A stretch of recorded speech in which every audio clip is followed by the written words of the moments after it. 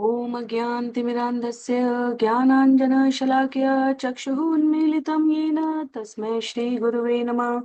जय श्रीकृष्ण चैतन्य प्रभु नित्यानंद श्री अद्वैत गदाधर श्रीवासादि गौर भक्तवृंद।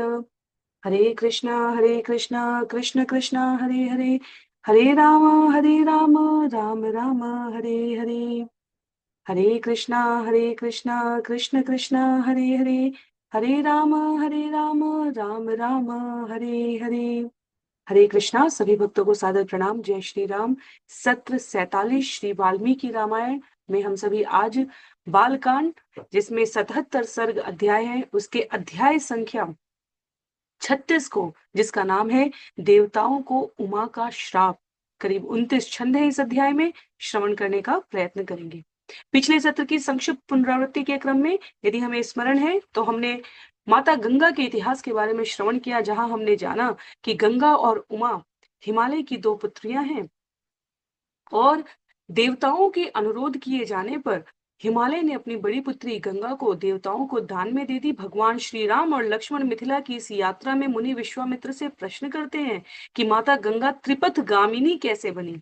तो वहां से ये कथा आरंभ हो रही है, जहां अगले क्रम में मुनि विश्वामित्र माता उमा की, पहले गंगा और उमा के प्राकट्य का इतिहास बताते हैं और उसके उपरांत माता उमा के द्वारा देवताओं को क्यों श्राप दिया गया, और कथा पुनः गंगा और उमा की आगे की घटनाओं को जोड़ते हुए आएगी। पर माता गंगा और उमा के इतिहास के उपरांत यहाँ देवताओं द्वारा ऐसा क्या किया गया जिसके लिए माता गंगा की बड़ी, जो स्वयं बड़ी बहन है, उनकी छोटी बहन उमा क्रोधित हुई और उन्होंने श्राप दिया। तो श्रवण करेंगे एक एक श्लोक का वाचन और अनुवाद पठन करने के साथ साथ। यहाँ पर षट्त्रिंश सर्ग, अध्याय संख्या 36, श्लोक संख्या 1। उक्तवाक्ये मुनो तस्मिन् उभौ राघव लक्ष्मणौ अभिनन्द्य कथां वीरा वोच मुनि पुंगव। उक्तवाक्ये मुनो तस्मिन् उभौ राघव लक्ष्मणौ अभिनन्द्य कथां वीरो उचतु मुनि पुंगव। जब मुनि ने श्री राम तथा श्री लक्ष्मण की जिज्ञासा शांत कर दी, तब गंगा के इतिहास का वर्णन करने के लिए उनका अभिनंदन करके दोनों वीर मुनि पुंगव से इस प्रकार बोले। तो उन्होंने प्रशंसा की है विश्वामित्र की, उनकी जानकारी, उनकी स्मरण शक्ति और उनकी कथा कहने की रीति के कारण। और आगे कहते हैं श्लोक संख्या 2 में, धर्मयुक्तम इदं ब्रह्मन् कथितं परमं त्वया दुहितुः शैलराजस्य ज्येष्ठाया वक्तुमर्हसि। हे ब्रह्मन, आपने उत्तम रूप से इस प्रकार वर्णन किया है जिससे श्रोताओं को पुण्य कर्मों का फल प्राप्त होगा। कृपया विस्तार से वर्णन करें कि शैलराज की ज्येष्ठ दुहिता अर्थात पुत्री गंगा ने स्वर्गलोक तथा मनुष्य लोक में किस प्रकार जन्म लिया। कैसे कह रहे हैं, विस्तरम विस्तरज्ञोसी दिव्य मानुष संभवम त्रीन पथो हेतुना केन प्लावेन लोक पावनी। आप उन वृत्तांतों के ज्ञाता हैं, कृपया विस्तार से बताएं कि लोक पावनी गंगा स्वर्ग से मनुष्य लोक में कैसे आई और उसके उपरांत तीनों लोकों में किस प्रकार उन्होंने पथों को, त्रिपथ गामिनी कही गई हैं, भूवर्लोक, भूलोक और स्वर्गलोक, अपना भाव किस प्रकार सुनिश्चित किया। तो माता गंगा के बारे में इस प्रकार ये दूसरा प्रश्न है भगवान राम का, जहां आगे उनकी जिज्ञासा है, कथम गंगा त्रिपथ विश्रुता सरिदुत्तमा त्रिषु लोकेषु धर्मज्ञ कर्म भी के समन्विता। हे वैदिक धर्मज्ञ, तीनों लोकों को पार करते समय उन्होंने क्या किया। गंगा तीनों लोकों में, नदियों में श्रेष्ठतम, लोकों में उत्तम सरिता के रूप में किस प्रकार प्रसिद्ध हुई। तथा ब्रुवती काकुत्से विश्वामित्र तपोधन निखिलेन कथां सर्वा ऋषि मध्ये न्यवेदया। जब दोनों काकुत्स इस प्रकार बोले, तब के धनी मुनि विश्वामित्र ने उन सब का विस्तार से वर्णन किया, जिसे उन्होंने ऋषियों के मध्य, कभी ऋषियों के बीच में बैठकर पूछा था। तो विश्वामित्र के द्वारा भगवान श्री राम और लक्ष्मण को मनुष्य लोक में गंगा के प्राकट्य के विषय में बतलाया गया। प्रामाणिक परंपरा का ज्ञान है यह, जिसे भगवान अपनी इन विभिन्न लीलाओं में स्वयं प्रकट रूप से पूर्ववर्ती मुनिजनों से पूछते हुए परवर्ती बाद वाले वंशजों को, प्राणियों को यथा रूप में प्रदान किया जा सके, इसलिए इस प्रकार की जिज्ञासा कर रहे हैं। भगवान के लिए क्या अनभिज्ञ है, तथापि भगवान इस प्रश्न पूछने और ज्ञान प्राप्त करने की प्रामाणिक परंपरा को यहां स्थापित कर रहे हैं। पुरा राम कृतो द्वाहो नीलकंठो महातप दृष्ट्वा च स्पृहादे मैथुनायोपचक्रमे। बतलाते हैं मुनि विश्वामित्र, हे राम, यद्यपि महादेव नीलकंठ शिव महातपस्वी हैं, तथापि पुरा काल में अपने विवाह के पश्चात वे देवी उमा के दर्शन होते ही उनके साथ कामवशवर्ती हो गए। उनके साथ मैथुन रथ होना, विहार करना, इस प्रकार इंद्रिय आकर्षण के कार्यों में संलग्न थे। तो हमें स्मरण रखना है कि पिछले अध्याय में माता गंगा को जहां हिमालय ने देवताओं को दान किया है, वहीं उमा ने उग्र तप करके भगवान शिव को पति रूप में प्राप्त किया है। तो यहाँ पर महातप में निष्ठित महादेव विवाहोपरांत माता उमा के संग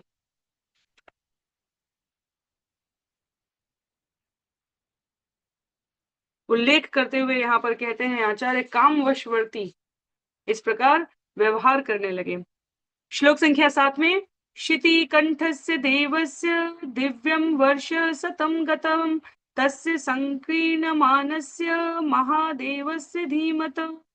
शत दिव्य वर्ष बीत गए, तो देवताओं के मान से 100 वर्ष बीत गए, और महादेव शितिकंठ धीमान शिव देवी के संग इस प्रकार की संकीर्णा में पूर्णतया तल्लीन रहे। न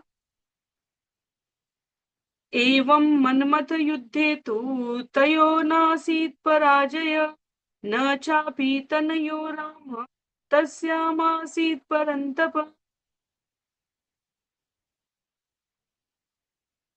धीमतो देवराजस्य पुत्रस्यापि महात्मना ततो देवा समुद्विग्ना पितामह रोग।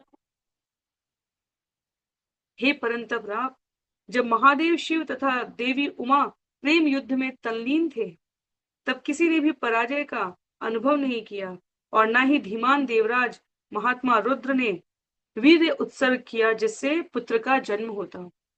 तब पितामह ब्रह्मा के नेतृत्व में देवगण भयभीत हो गए।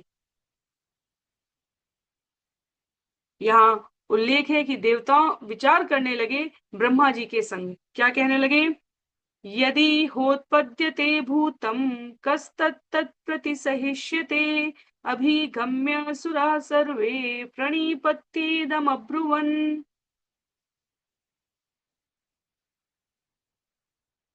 देवताओं ने विचार किया कि इन दोनों के संग से जो जीव उत्पन्न होगा,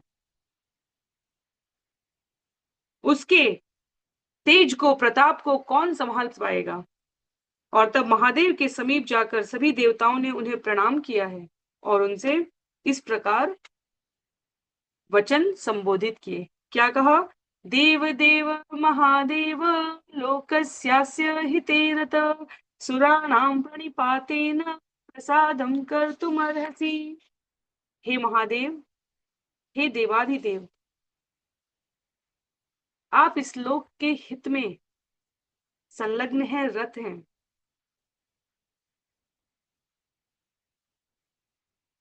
अपने चरणों में गिरे हुए देवताओं पर कृपया प्रसन्न होए, इस लोक की रक्षा करें।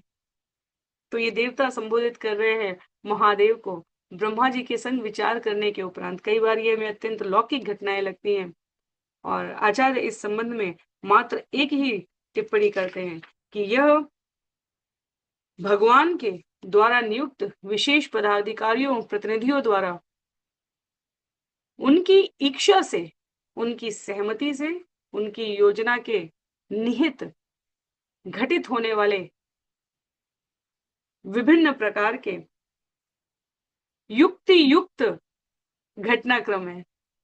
तो इसमें हमें सामान्य मानुष जन के लोक में व्यवहार किए जाने वाली रीतियों से, पद्धतियों से परे मात्र श्रवण करना चाहिए, अनुकरण करने का प्रयत्न नहीं करना चाहिए। कहते हैं देवता आगे, न लोका धारयिष्यन्ति तव तेजसुरोत्तम ब्राह्मणे तपसा युक्तो देव्या सह तपश्चर। हे सुरोत्तम, आपके तेज से उत्पन्न पुत्र को कोई धारण नहीं कर सकता, अतएव देवी उमा के संग ब्रह्म तप वैदिक विधि से तप करें। तो सामान्य भाषा में इसका अभिप्राय क्या हुआ कि महादेव शिव और माता पार्वती के संग से कोई प्राणी ने अन्य प्राणी न उत्पन्न हो, अपितु देवताओं का भाव यह है कि आप अपने शक्तिशाली वीर को तेजोमय निज शरीर में धारण रखें। त्रैलोक्य हित कामार्थम तेजस तेजसी धारय रक्ष सर्वान्निमान् लोकान् लोकान् कर्तुमर्हसि।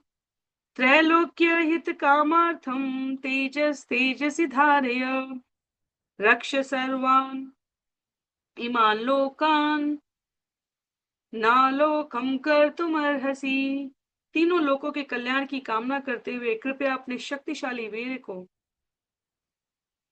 तेजोमय निज अपने शक्तिशाली शरीर में ही धारण करें। कृपया समस्त लोकों की रक्षा करें।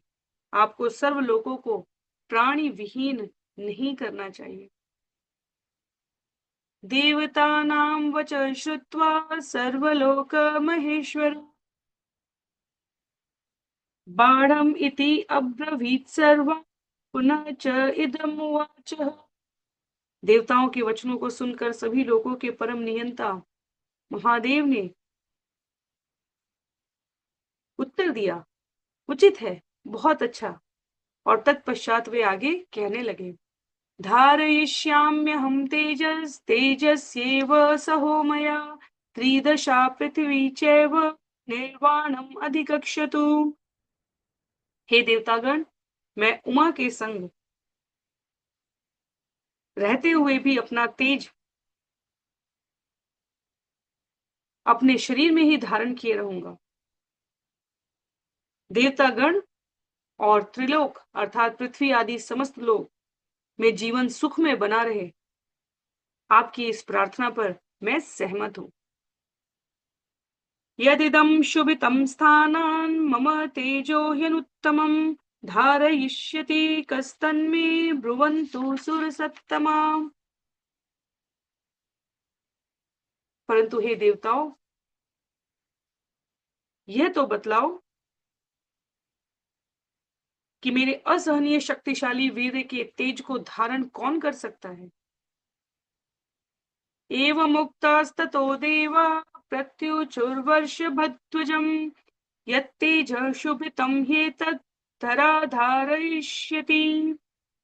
इस प्रकार संबोधित किए जाने पर देवताओं ने शिव जी को उत्तर दिया, आपके शेष शक्तिशाली वीर को धरा धारण करेगी। तो पृथ्वी की अधिष्ठात्री देवी ने इस प्रकार देवताओं की इस विनती को कि शिव जी के शक्तिशाली वीर को धारण करने की ये सामर्थ्यवान युति किसके पास है, उन्होंने कहा, देवताओं ने उत्तर देते हुए कहा, वे धारण करेंगी। एवमुक्ता सुरपति प्रमुमोच महीतले तेजसा पृथ्वी येन व्याप्ता सगिरिकानना। इस प्रकार उत्तर पाने पर सुरपति रुद्र ने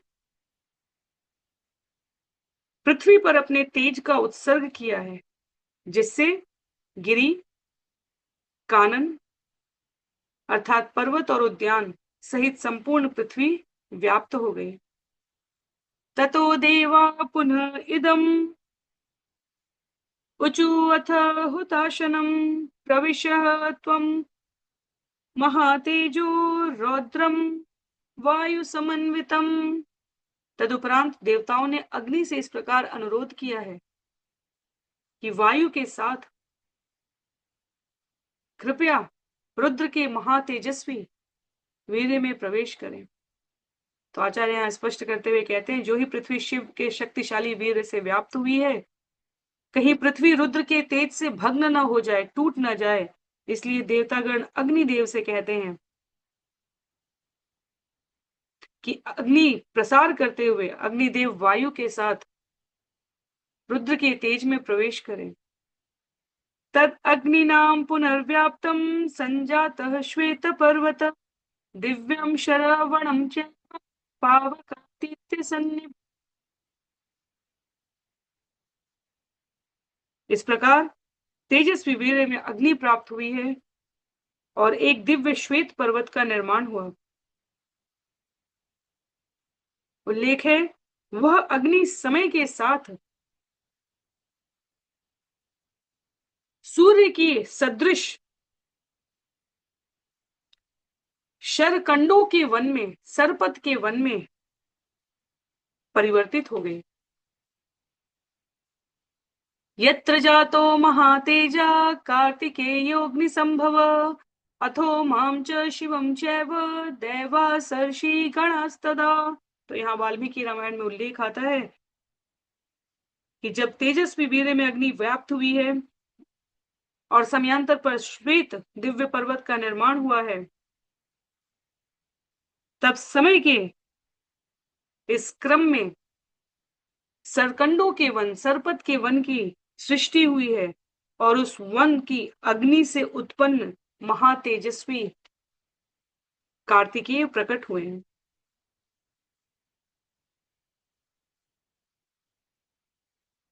तो अग्नि के द्वारा धारण किए गए हैं और कृतिका देवियों के द्वारा उन्हें स्तनपान कराया गया है। तात्पर्य में इसे व्यक्त करते हुए यहां लिखा है, इसलिए कार्तिकेय अग्नि से, अग्नि संभव, अग्नि से उत्पन्न हुए हैं। यत्र जातो महातेजा कार्तिकेयोऽग्नि संभव अथो मां च शिवम चैव दैवास ऋषि गणास्तदा। तदुपरांत देवताओं तथा ऋषियों ने प्रसन्न मन से उमा और शिव की उत्साह पूर्वक वंदना की है। यहाँ पर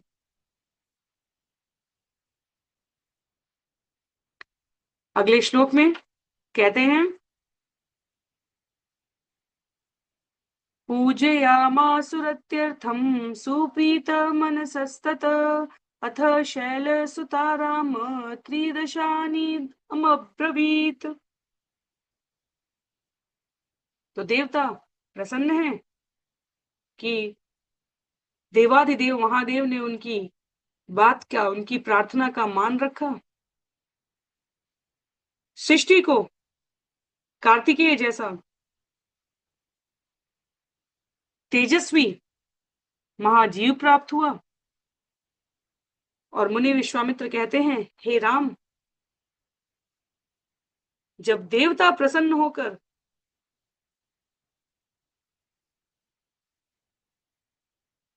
इस प्रकार शिव और उमा का वंदन पूजन करने लगे, उनके मैथुन में विघ्न डालने के कारण उत्पन्न क्रोध से उन्हें शांत करने के लिए, तब माता उमा अप्रसन्न होते हुए कहती हैं, अप्रियस्य कृतस्याद्य फलं प्राप्स्यथ मे सुरा इत्युक्त्वा सलिलं गृह्य पार्वती भास्कर प्रभा। देवताओं, आप सभी ने मुझे अप्रसन्न करने वाला कृत्य किया है। और इसलिए आप सभी को इस कृत्य का फल प्राप्त करना ही होगा।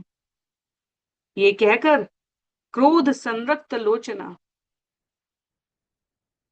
क्रोध से लाल आंखों वाली, सूर्य सदृश प्रभावती उमा ने हाथ में जल लिया और क्या किया?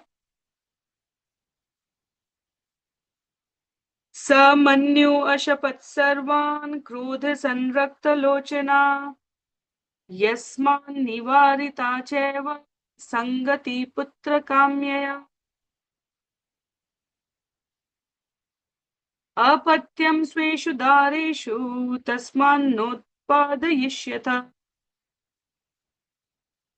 अद्य प्रभृति युष्माकम् अप्रजा सन्तु पत्न्यः। क्योंकि पुत्रोत्पत्ति हेतु मेरे पति के संग संभोग में आप सभी के द्वारा विघ्न उत्पन्न किया गया, अतएव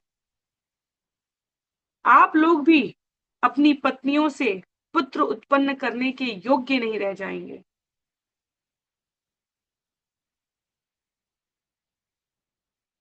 अर्थात जहां ब्रह्मा जी से विचार करने के उपरांत देवताओं ने महादेव को माता उमा के संग इंद्रिय सुख के इस कार्य में बाधा पहुंचाने के प्रयत्न को स्वीकृत करा लिया और महादेव ने देवताओं के अनुरोध को स्वीकार कर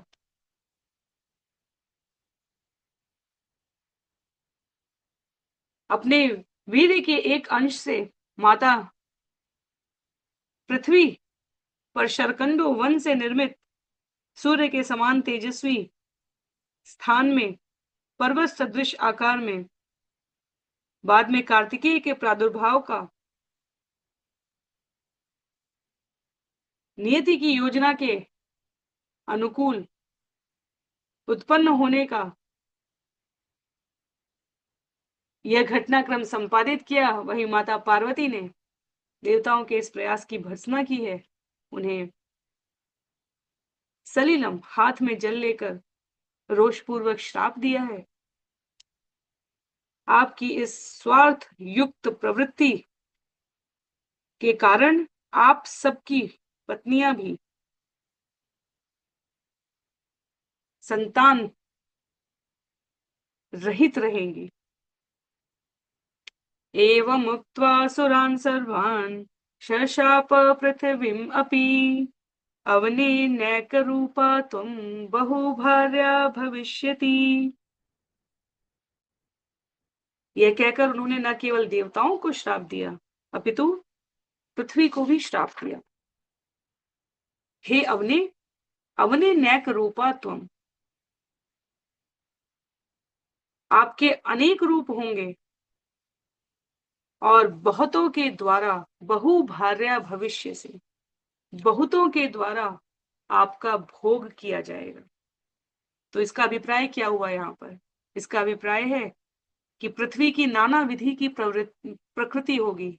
कुछ स्थान बंजर होंगे, कुछ स्थान अत्यधिक उर्वरा होंगे।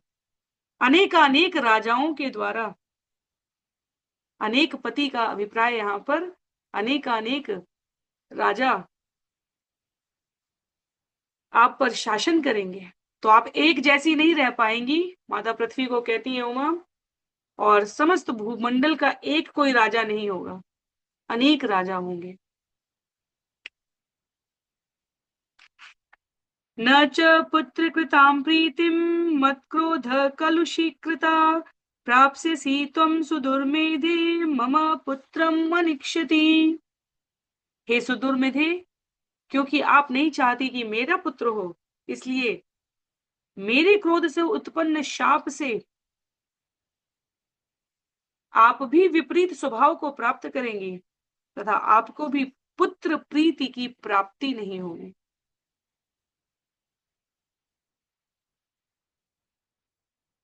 तान् सर्वान् व्रीडितान् दृष्ट्वा सुरान् असुरपतिस्तदा गमनायोपचक्राम दिशं वरुणपालिताम्। सभी देवताओं को लज्जित देखकर सुरपति रुद्र तम पश्चिम की ओर जाने के लिए सन्नद्ध हुए। तो ये जो पूरा घटनाक्रम है ये इस प्रकार से भगवान के इन विभिन्न पार्षदों द्वारा संपादित हुआ है, जहां देवताओं ने विचार किया था कि पृथ्वी सहित विचार किया था कि किस प्रकार महादेव और उमा से जो उत्पन्न हो, पुत्र हो, संतान हो, उसको धारण करने का सामर्थ्य ऐसा तेज किसी में नहीं है। तो इससे अच्छा है कि उन्हें हम मना लें कि वह संतान की और अग्रसरित न हो। माता उमा यह जानकर इस प्रकार देवताओं को, पृथ्वी को इन प्रतीकात्मक रूप से अप्रिय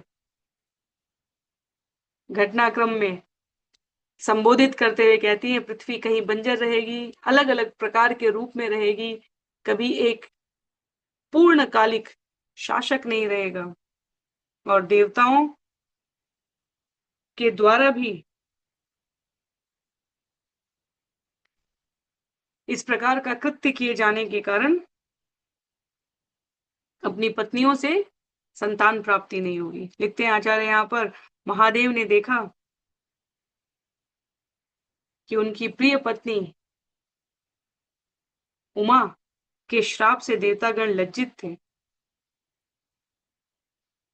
और चूंकि महादेव अपनी प्रिया के शाप को इस प्रकार निष्प्रभाव नहीं करते और देवताओं को देखना उनके लिए इस प्रकार असंभव था, उन्होंने हिमालय के पश्चिम की ओर अर्थात उपचक्राम दिशम वरुण पालिताम गमन करने की इच्छा की। स गत्वा तप आतिष्ठत् पार्श्वे तस्योत्तरे गिरे हिमवत् प्रभवे श्रृंगे सह देव्या महेश्वर। और जैसा देवताओं ने कहा था हिमालय की आप तप करें, हिमालय के उत्तुंग शिखर से उत्तर की ओर जाकर महेश्वर तथा देवी उमा ने तपस्या आरंभ की।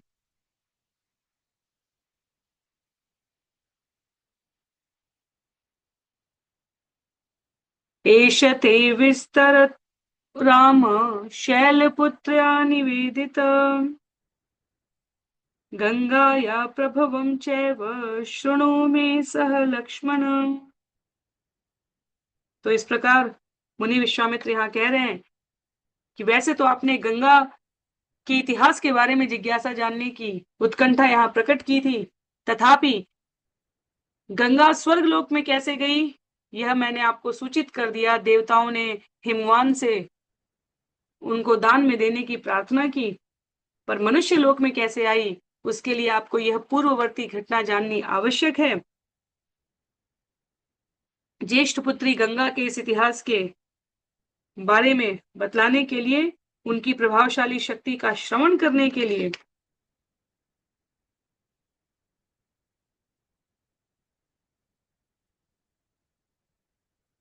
मध्य में घटे इस घटनाक्रम को जानना आवश्यक है।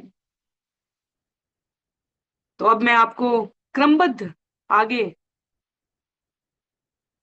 की इस घटना के बारे में बतलाता हूं। तो अध्याय यहां पर समाप्त होगा, पर यह क्रम जैसा मैंने पहले भी कहा, स्कंद का कार्तिकेय के इस इतिहास के बारे में, कार्तिकेय किस प्रकार प्रकट हुए हैं, उसके उपरांत महाराज सगर पुत्रों द्वारा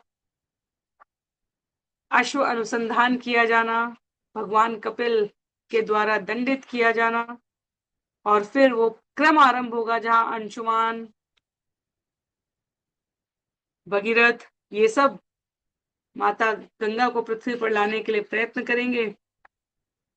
वह अगले कुछ अध्यायों का विषय रहेगा। तो आज के लिए सत्र को यहीं पर समाप्त करते हैं। अगले सत्र में अध्याय संख्या 37 में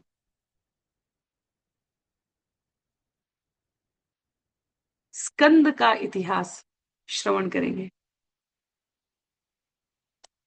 सभी को बहुत बहुत आभार। श्री वाल्मीकि रामायण की जय, श्रील प्रभुपाद की जय, श्रील गुरुदेव की जय, अनंत कोटि वैष्णव वृंद की जय, नामाचार्य श्रील हरिदास ठाकुर की जय। हरे कृष्णा, जय श्री राम।